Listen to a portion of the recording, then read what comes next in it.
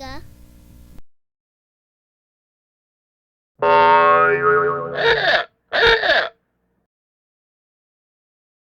Right. Here's the. Well, I totally agree with you, and I've been down the Mexican border, and I know all the stuff. I was down there before you were born, back in the early '70s, down in Tijuana and Rosarito and Mexicali and all that. Basically, here's my question to you. What about the fact that we're coming into this North American Union currently, and we'll all be united, one country, Mexico, America, and Canada, very shortly? What do I think about it? Yeah, I mean, seriously. Oh, I think it's happening. It's happening right under people's noses. They're breaking the Canadian border down. They're breaking the Mexican border down. Mexican truckers are allowed to come to this country with their trucks. I'm talking big rig trucks. They're allowed to come into this country with a quarter of the regulations that American truckers have to stand by. They come in with no brakes. Their trucks are a wreck. They kill people on our highways. And American truckers are held to a higher standard. Why? Any particular reason? Mexican truck drivers get $10 a day to drive the truck. That's right. It's about money.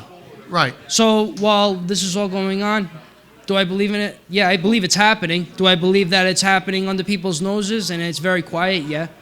Do I think people should wake up to it? Yeah. Because you know what? They're trying to make Canada, America, and Mexico into North America.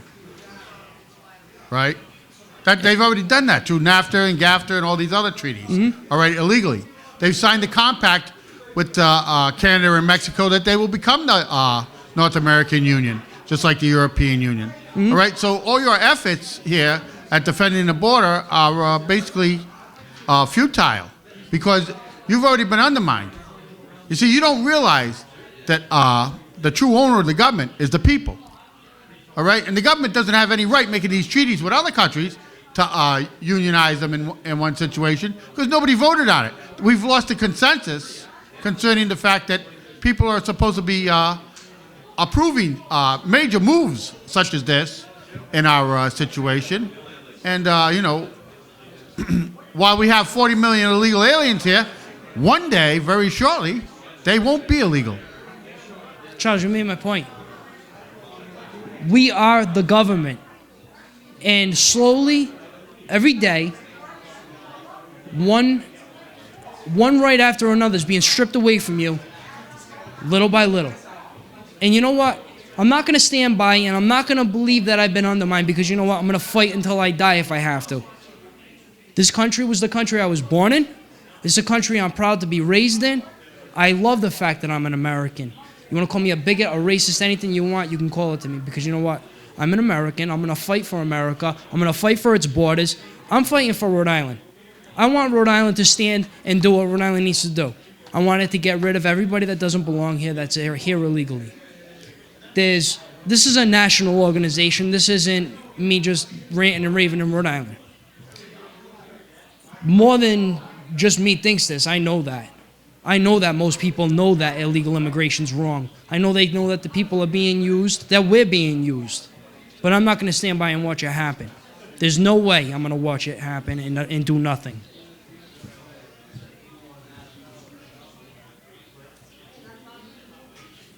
Speaking of truck driving, I'm a truck driver, and I believe me, that pisses me off. What you just said about underqualified drivers, and we're held to a higher standard.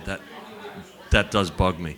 What do you think of Hilda Solis, Department of Labor, the Secretary of the Department of Labor, 1996 California Senate? I believe she made a statement saying, "We're all Americans, no aliens are illegal." Now, this is a woman who's going to be running the Department of Labor. Not to mention the guy from Texas who's all for the NAFTA superhighway to connect everything there. I think that it's almost like a foregone conclusion because of these appointments and respond to that. That's the thing. I think people are so.